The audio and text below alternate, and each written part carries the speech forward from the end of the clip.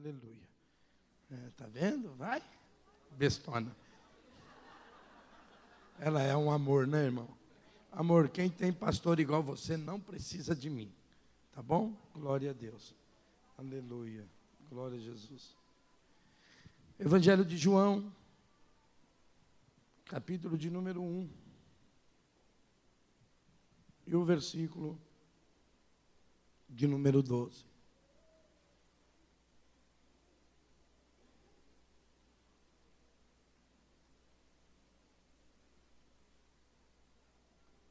Oh, glórias a Jesus, gente. Vocês são mais importantes do que vocês imaginam. Você é mais importante do que você imagina. O céu ficou incompleto por sua causa.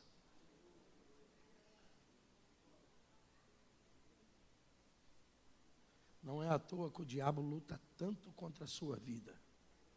Porque o Filho de Deus deu a vida dele por você.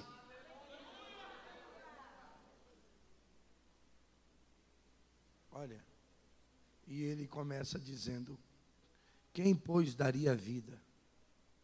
Talvez por um amigo, alguém até ousa dar. Mas quem daria vida por você? Ele deu. E eu te digo, ele não se arrepende de ter dado a vida por você. Algumas vezes a gente não tem ideia do valor que nós temos ou o que foi feito por nossa causa.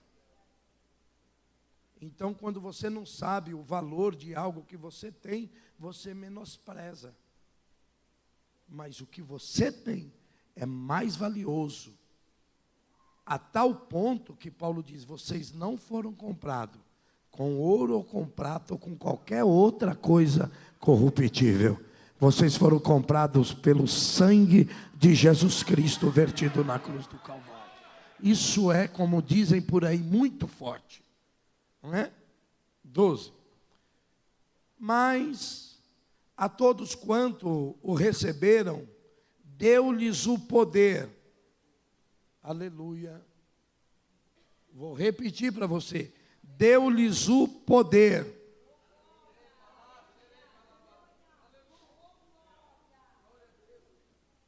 Ele não diz deu-lhes o direito, ele diz deu-lhes o poder.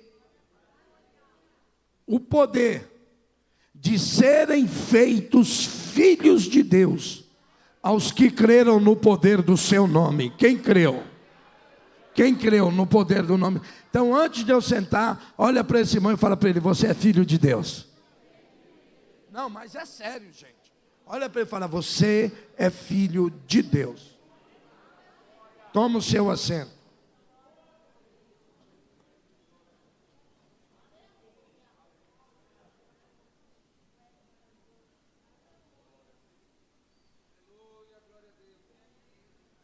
Você já parou para pensar nisso? Que algumas vezes ô Vânia, você me viciou com esse negócio de óculos agora, que eu tirei o óculos, eu não enxergo mais ninguém. Aí eu vou botar esse bicho agora. Estou te reconhecendo agora, Vã. Aleluia. Deu-lhes o poder.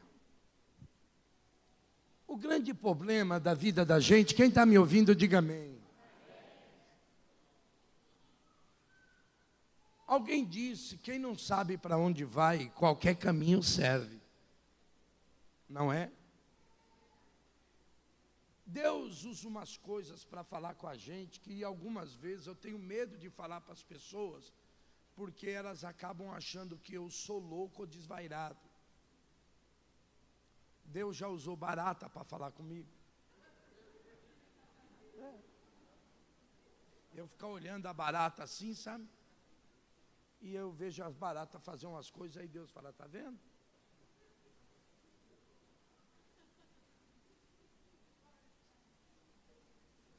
Deus já usou galinha para falar comigo.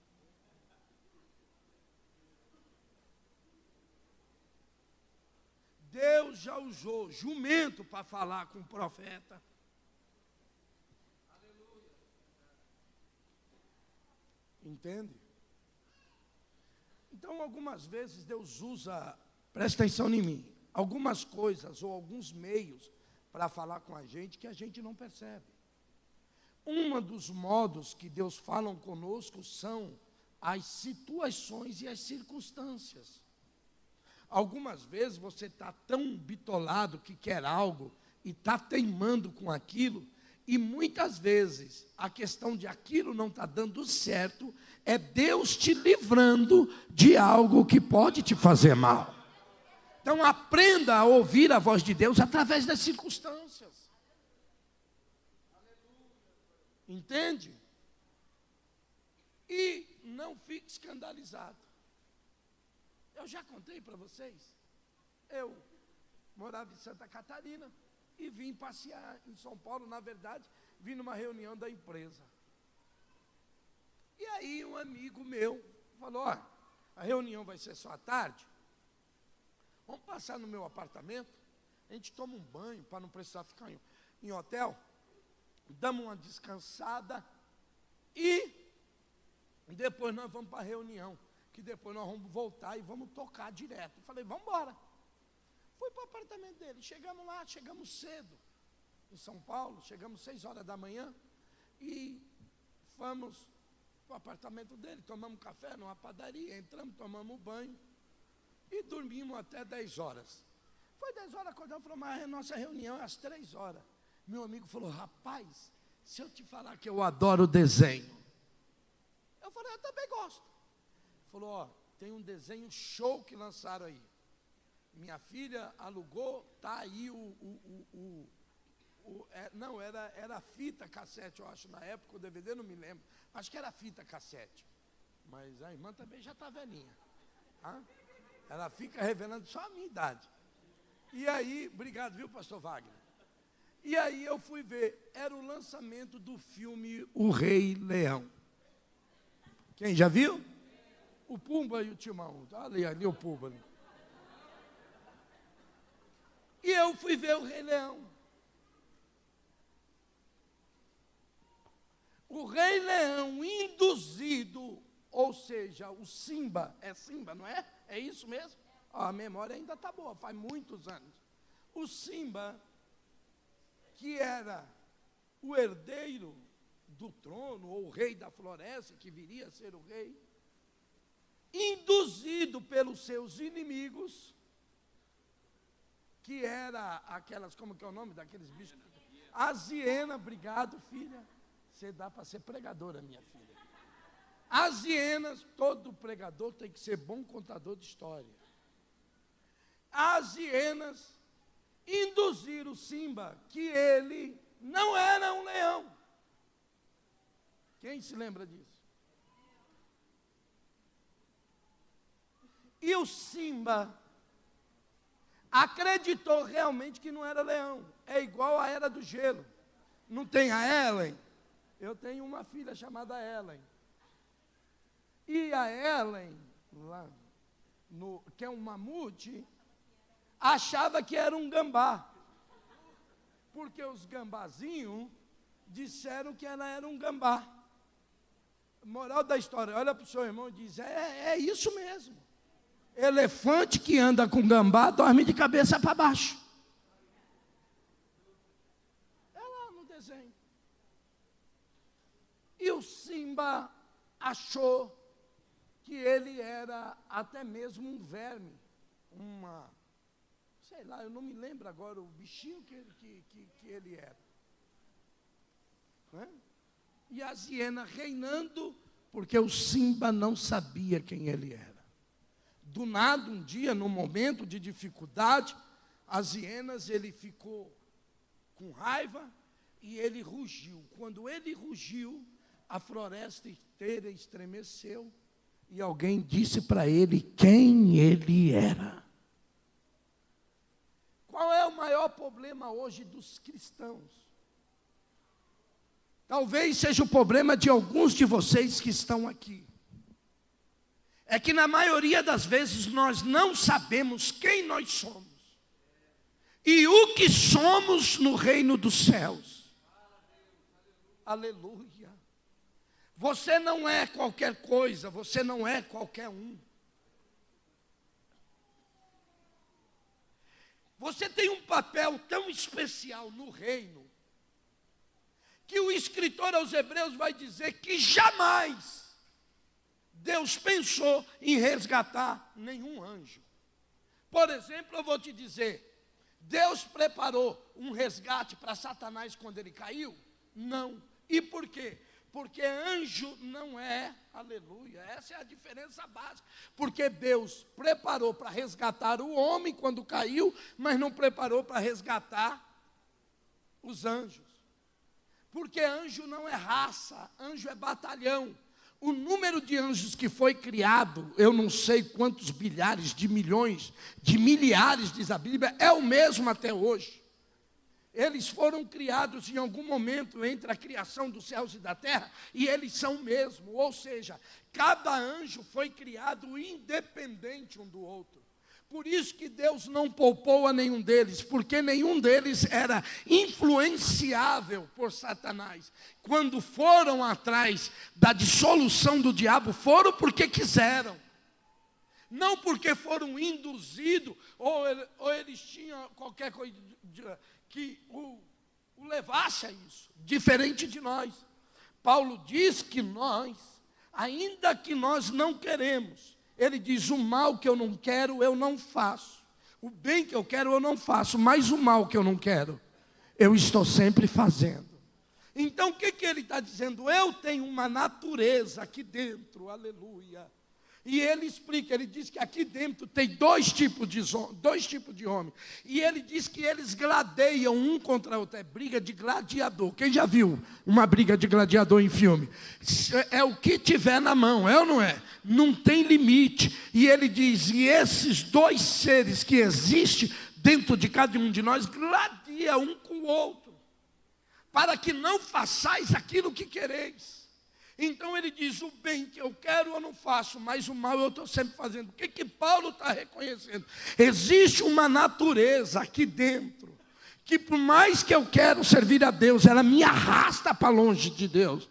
Porque existe uma natureza aqui, uma natureza má, que a Bíblia chama uma natureza pecaminosa. A Bíblia chama uma semente de pecado.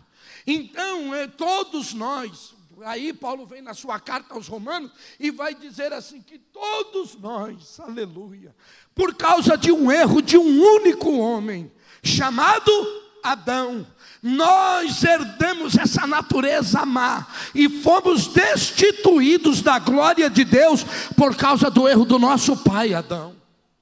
E aí Gênesis capítulo de número 6 vai dizer assim, e Adão gerou, aleluia, filhos e filhas conformes a sua imagem e a sua semelhança.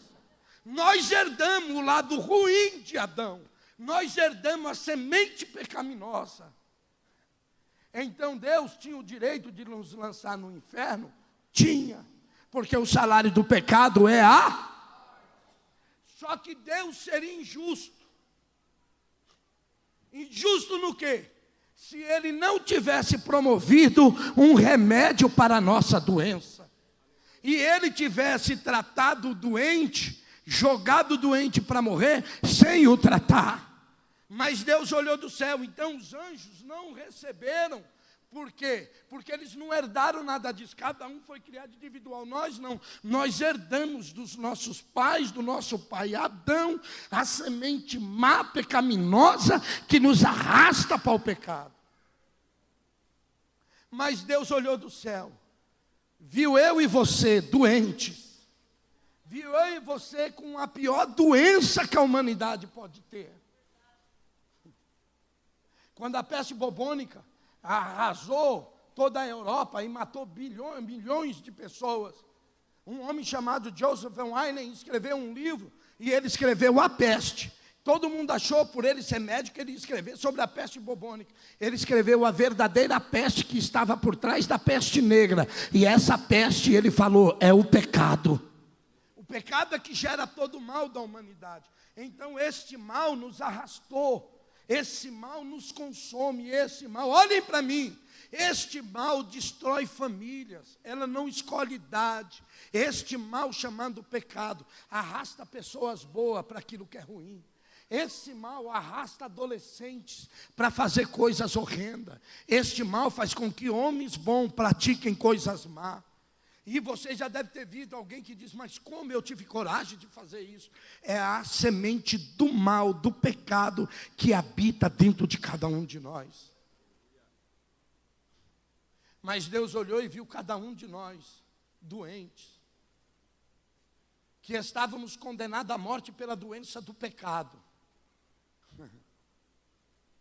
Mas um dia Deus olhou e disse, eu vou, só quem não quiser, mas os que quiserem, eu vou promover um remédio que vai curar essa doença.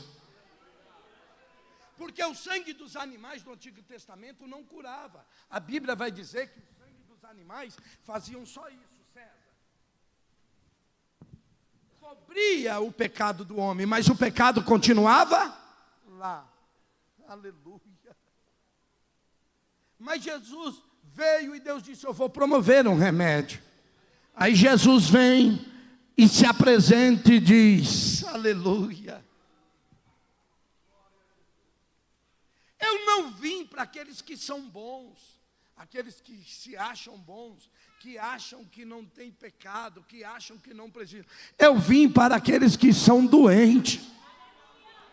Quem era doente aí? Quem? Eu vim para os que estão doentes. Jesus está dizendo, eu sou o remédio de Deus para curar essa doença. Aí Isaac, lá no passado, fez uma pergunta para o pai Abraão, quando foi sacrificado, e ele, a maior pergunta da Bíblia, ele faz e ele diz assim, meu pai, está aqui a lenha, está aqui o fogo, mas aonde está o cordeiro para o sacrifício? E o próprio Abraão diz, fica tranquilo, garoto, o cordeiro para si Deus proverá. Passou-se muitos e muitos anos, mais de 780 anos. Um dia tem um homem pregando na beira de um rio, pregando o arrependimento, dizendo, se vocês estão doentes, e vocês precisam ser curados dessa doença, que é infernal, que arrasta, acaba com o casamento, acaba com felicidade, destrói o homem, aleluia. E os homens dizem, João, que remédio é esse? Que remédio é esse? João olhou no meio da multidão, e a Bíblia diz que Jesus vem se aproximando. João olhou, apontou e respondeu a pergunta de Isaac, de mais de 780 anos atrás, e disse, eis aí o Cordeiro de Deus, eis aí o Cordeiro de Deus, ele só não cobre, ele tira o pecado. Aleluia. Quem entendeu até aqui? Olhe para esse irmão e diga, você está doente? Diga para ele, nós vamos te apresentar o melhor remédio que existe para a doença da humanidade. Se chama Jesus Cristo de Nazaré. O que Jesus não curar, ninguém cura. O que Jesus não resolver, ninguém resolve. Mas eu tenho uma notícia, o que médico não faz, o que psicólogo não faz, o que terapeuta não faz, o que remédio não faz, Jesus de Nazaré faz, porque Ele é o remédio de Deus para curar as mazelas da humanidade. Aleluia. Oh glória a Jesus. Oh glória a Jesus. Rolava na rua da minha casa um dito: Calixto nunca vai chegar aos 18 anos, vai morrer antes, a rota vai matar. Pastor Edinaldo não passa dos 15, a rota vai matar, não vai ter jeito. E aí todo mundo dizia, eles não tem jeito. Mas um dia, Jesus entrou na minha casa, uma gota do sangue de Jesus. Hoje eu tenho 52 anos, dando glória a Jesus. A rota não matou, nem eu, nem pastor Edinaldo, nem nada. Por quê? Porque fomos e tomamos de um remédio chamado Jesus Cristo de Nazaré, e Ele sarou a nossa doença.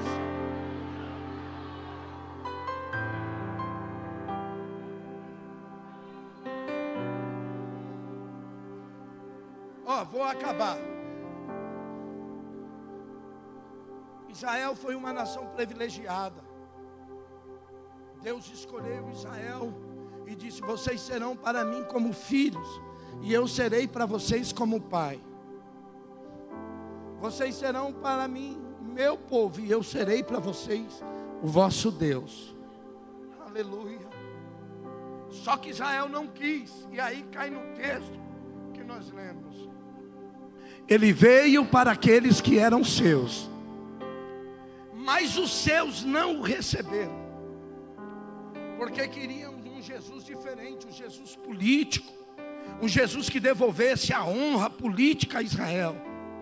Se você veio atrás de Jesus por causa de dinheiro, vai procurar outro Jesus. O Jesus dessa igreja: pastor, ele dá dinheiro? Dá, quando ele quer, para quem ele quer, porque a riqueza é um dom de Deus. Mas a primeira coisa que nós queremos que você entenda que Jesus tem para te dar é a cura dessa enfermidade chamada pecado.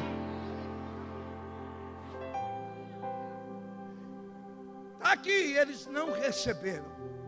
Eles não quiseram saber dele. A luz do mundo veio ao mundo, e os homens amaram mais as trevas do que a luz. Aleluia. Basta dizer a vocês, eles preferiram um ladrão, um assassino, o tal do Barrabás, do que a Jesus de Nazaré. Isso expressa o caráter daquilo que estava impregnado naquela nação. Quando uma nação prefere um bandido do que um homem honesto. Nós estamos vendo isso aí de novo, não é? No Brasil, se atira ou se dá facada no presidente e recebe uma cela especial protegida pela Polícia Federal, e tem 4, 5 maiores advogados do Brasil pagos não sei por quem. Nos Estados Unidos, deu um tiro, só pegou na orelha, na mesma hora a polícia matou. O que o senhor está dizendo? Que deveria ter matado? Não, mas um atentado desse não é um atentado contra o homem, é um atentado contra uma nação. Quando Israel escolhe um ladrão, a nação está dizendo: isso está impregnado na nossa alma, de preferir o que é errado do que o que é certo. A questão não é Barrabás, a questão é a nação. Ele veio e eles não aceitaram, eles não o quiseram. Permita eu voltar um pouquinho. Quem ainda me aguenta em 5 minutos, faz assim com a mão. É sério, aguenta mesmo, irmão? Aguenta mesmo? Eu vou lá no Antigo Testamento para você. Símbolo da podridão da nação que rejeitou a Deus. Deus chama um profeta chamado Ezequiel, que casa com a prostituta. Oséias, profeta Oséias. Deus chama ele e diz: Oséias,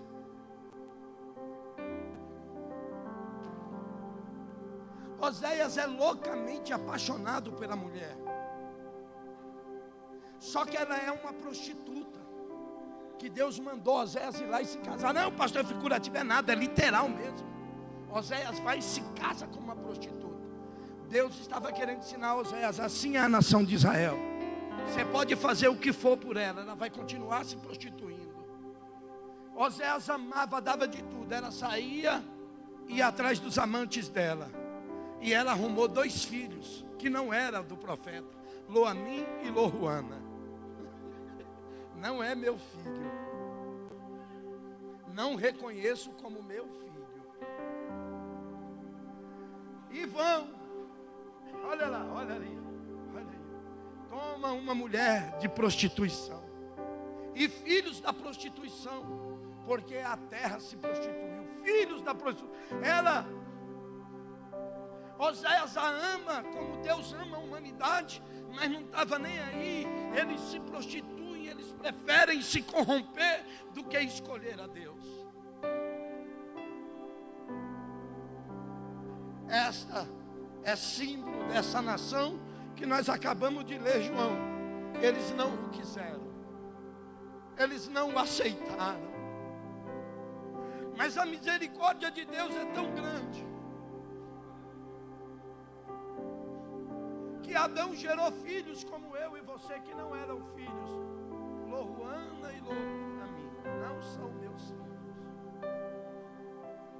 Mas Deus olhou para o profeta e lhe fez uma promessa por causa do seu amor intrínseco para com a mulher. Deus falou para ele: eu vou chamar de filho aqueles que não são meus filhos, e eu vou dar a eles os direitos de filhos aqueles que não são meus filhos. Deus adota os filhos do profeta como se fossem os seus próprios filhos legítimos. Aleluia. Não entendi, pastor. Você não é qualquer um, irmão. Um dia o Espírito de Deus botou no teu coração algo. E que algo era esse? O desejo de ser curado de algo que estava te matando aos poucos. Ao ser curado deste mal que te separava de Deus, você estava separado. Deus não te deu uma carta, Deus não te deu uma certidão de nascimento, mas todos quanto receberam, deu-lhes o poder. Sabe o que é isso? Na antiguidade, quando um homem adotava uma pessoa, ele dava o seu anel a ele. E esse anel era o símbolo da marca de poder daquele homem. Aonde aquela pessoa chegasse, ele poderia ser um escravo. Com o anel do seu senhor, ele tinha todo o direito e todo o poder de representar o seu senhor. Você não está entendendo? Aleluia. Deus te encheu do Espírito Santo, te selou com o Espírito Santo, e Ele te deu o poder. Irmãos, isso não foi para eles, eles não quiseram, o mundo rejeita. Mas para nós que o aceitamos, foi nos dado o poder de sermos feitos filhos de Deus. Isso não é qualquer coisa, irmão. O próprio escritor aos Hebreus diz: a nenhum dos seus anjos nunca ele chamou de filho. Mas para nós somos gerados em Cristo Jesus, e hoje você é filho de Deus. Põe a mão no ombro desse irmão e diz para ele: em nome de Jesus, irmão, manda a depressão ir embora para o inferno, manda o vício sair de você, porque você não é qualquer um, você foi feito filho de Deus.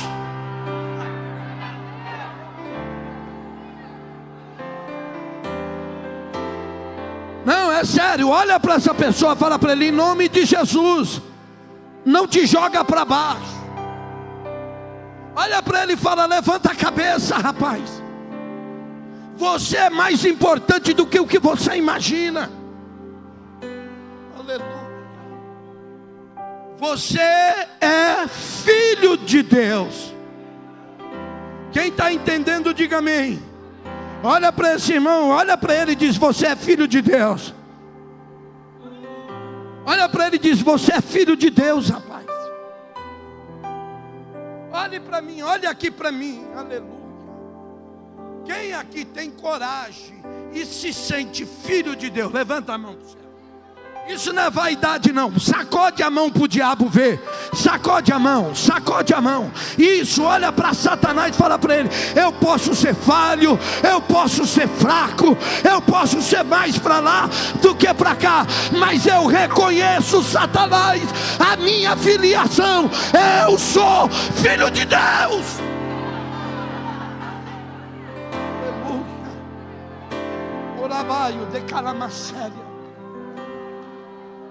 Eu tenho uma notícia para dar para alguém que está aqui. Satanás algumas vezes, Wagner, tem poder de aprisionar um filho de Deus. Que é isso, pastor? Tem. Lembra quando Jesus entrou numa sinagoga? Uma mulher que ela não podia, pastora, se levantar, ela andava assim, curvada. Quem faz uma análise dela não é qualquer um, é Lucas, o médico amado. E Lucas diz: e ela não podia se endireitar, a doença está avançada.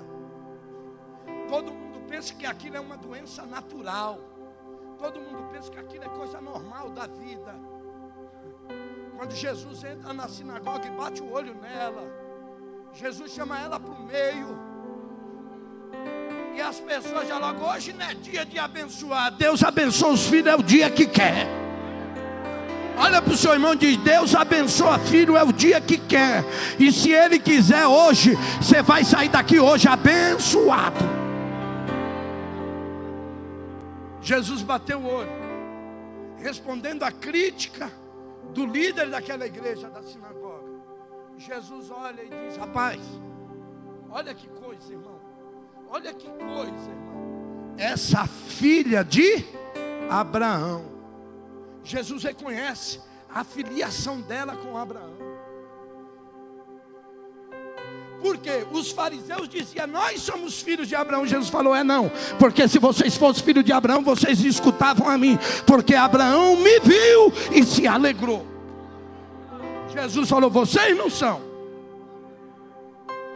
Mas viu aquela mulher atormentada, 18 anos, Johnny, aprisionada. Jesus disse: há 18 anos ela está aprisionada por Satanás. Uma filha de Deus. E eu sei que talvez tenha alguém aqui hoje que é filho de Deus, mas está aprisionado. Não sei se num vício, não sei se num relacionamento doentio, não sei se um pecado que tem te consumido a vida aos poucos. Mas eu tenho uma notícia para te dar. Uma notícia do céu. Foi Jesus que disse: para isso se manifestou o Filho de Deus, para colocar em liberdade todo cativo.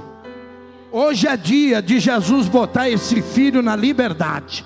Se tem alguém enfermo do seu lado, você sabe que ele está passando por uma enfermidade séria, põe a mão no ombro dele. Pastor, o senhor já orou, irmão? É coisa espiritual. Põe a mão no ombro dele e diz: hoje Jesus te liberta dessa enfermidade, porque hoje ele resolveu colocar em liberdade. Pastor, já faz 18 anos, 20, pode fazer 30. O que a medicina não fez em 30 anos, Jesus está fazendo agora. Só para quem crê, levanta a mão para dar glória a Jesus, porque eu sou o Senhor que te sara agora. Aleluia. Quem entendeu, diga amém. Quem entendeu, diga amém.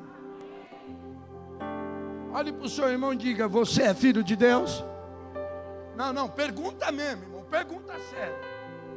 Enquanto eu tomo uma água, você pergunta para ele. Se não perguntar, eu vou tacar o microfone em você.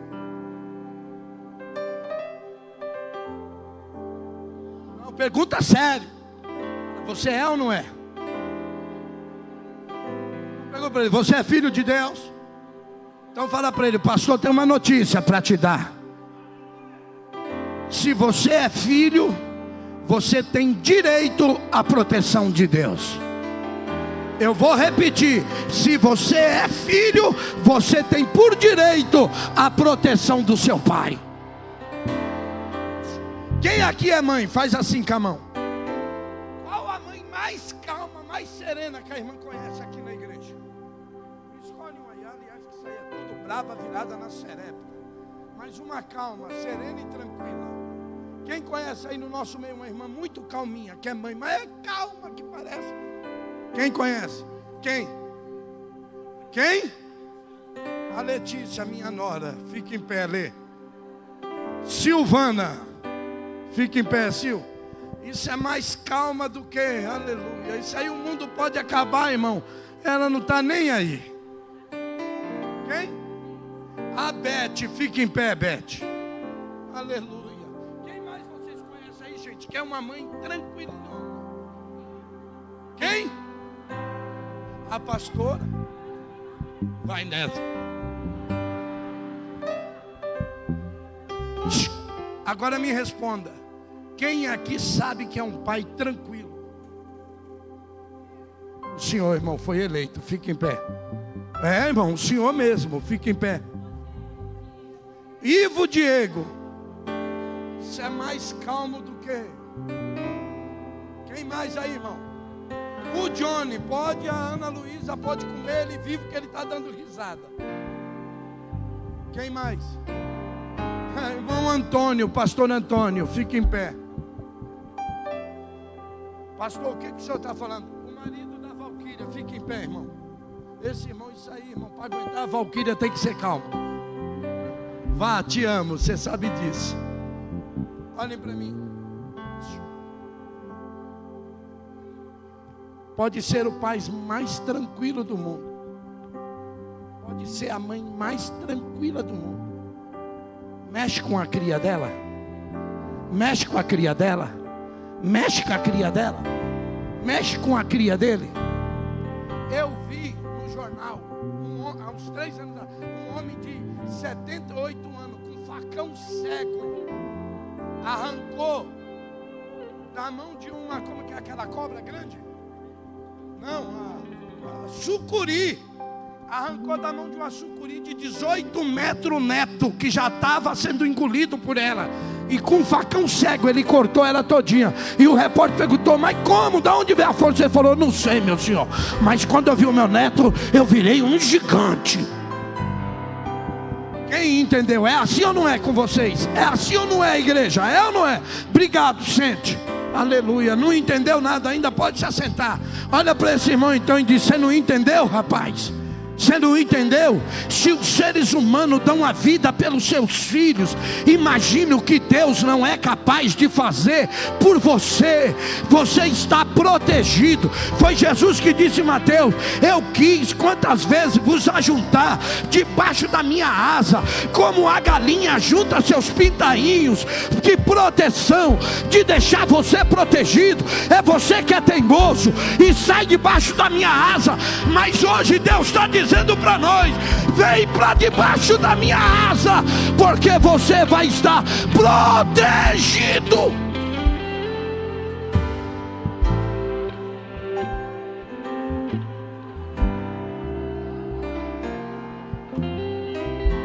Eu já vi pai dizer: faz o que quiser comigo, só não mexe com meu filho. É assim ou não é? A gente perde a estribeira. Aí você acha o quê? Vou só te replicar o que Jesus disse para nós acabar. Se vocês são pessoas más e sabem dar boas dádivas aos vossos filhos, quanto mais o vosso Pai Celeste. É sério, irmão. Olha para esse irmão, dá um sorriso para ele. É sério, um sorri para ele. Diz: nunca mais eu mexo com você, irmão. Olha para ele: nunca mais eu mexo com você, irmão.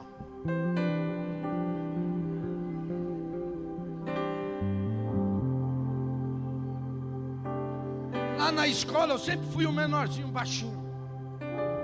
Mas como meus irmãos eram muito violentos, eu era o mais folgado da escola. E adivinha de quem eu me garantia? Nos meus irmãos. Os caras falam: não aguento o tapa, mas o irmão dele é fogo. Não mexe com o irmão dele, não entendeu? Olha para esse irmão e fala: se mexer comigo, eu chamo o meu irmão mais velho. Fala para ele: se mexer comigo, eu chamo meu irmão.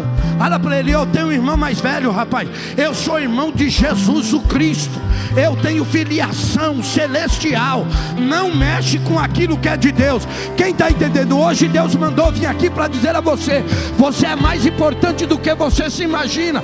Você é filho de Deus. Deus te constituiu por filho. E como filho de Deus, Deus está pronto para te proteger. E eu vou acabar agora. Você tem direito a proteger, mais do que direito à proteção. Alguns de nós sofrem o que sofrem porque não tem ideia dos nossos direitos em Cristo Jesus. Paulo diz assim: que nós fomos abençoados com todas as bênçãos espirituais em Cristo Jesus. Isso não é loucura não, irmão. É direito adquirido. Aleluia. Você tem o direito de entrar na presença do Pai só pelo vivo e novo caminho que Jesus abriu. Você tem o direito de desfrutar das coisas do seu Pai. Quem entendeu, diga amém. O filho não desfruta quando ele é rebelde. O filho não desfruta quando ele é desobediente. O filho não desfruta quando ele não valoriza o que seu pai lhe dá. Lucas 15, o filho pródigo, quem lembra? Tem 2 filhos, o que sai e o que fica dentro de casa. E o que fica algumas vezes dentro de casa é pior do que o que sai. Tomara que aqui não esteja acontecendo isso. Jesus traz um filho pródigo de lá de fora e veste ele, e põe sapatilha, e põe anel no dedo, e os que ficam dentro da casa.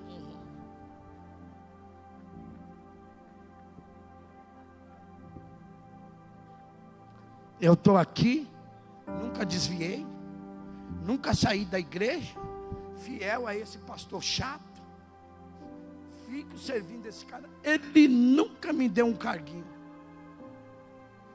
nunca me deu nada. Aí vem esse, estava lá fora se prostituindo, gastou tudo que tinha, agora chega aqui na igreja num dia, no outro dia já está em cima do púlpito. Esse negócio é uma palhaçada.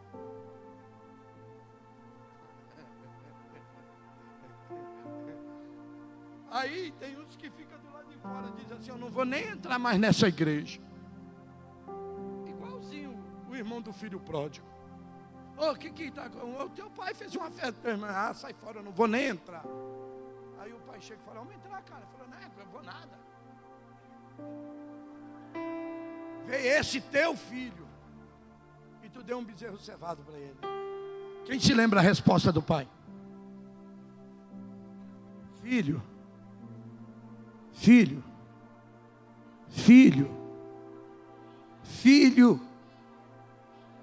filho. Filho, eu nunca te tratei diferente disso, eu sempre te tratei como filho. Filho, aleluia. Andará na sub, andará a séria. Tudo que é meu é teu. O que o pai está dizendo, Wagner? Se você não está desfrutando, não é porque eu não te dei, é porque você não sabe que você tem direito. Olha para esse irmão e fala, tudo que é de Deus é seu. Você tem direito das bênçãos do céu. Quem acredita nisso? Então põe a mãozinha assim no seu peito. Põe a mão no peito que eu vou acabar agora. Põe a mão no peito e olha para ele e diz assim, seja abençoado. Você tem direito. Está aqui, mano. Tudo que é meu é teu. E eu vou embora agora. Pastor, como? Eu vou embora agora. Você tem direito à proteção. Você tem direito às bênçãos de Deus. Quem aqui está precisando de uma bênção de Deus? Faz assim com a mão. Só quem acredita faz assim com a mão para receber. Se você é filho, você tem direito. E por ter direito, eu declaro que você vai receber o que você precisa em nome de Jesus. Em nome de Jesus.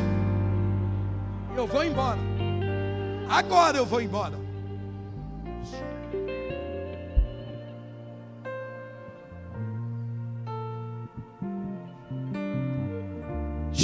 Se seu filho estiver errado lá na escola e alguém bater nele na escola, o que você faz? Hã? O que eu faço ou o que eu tenho vontade de fazer? É ou não é? A gente já fala logo. Ele pode estar errado, mas filho meu, quem corrige sou eu. Ninguém põe a mão em filho meu. Olha para esse irmão e diz, para a mão de besteira. Só quem corrige filho é pai. Cuida você da sua vida e deixa que o seu irmão, é Deus que vai cuidar dele. Por quê? Porque nós temos uma segurança em Deus. Qual que é a segurança?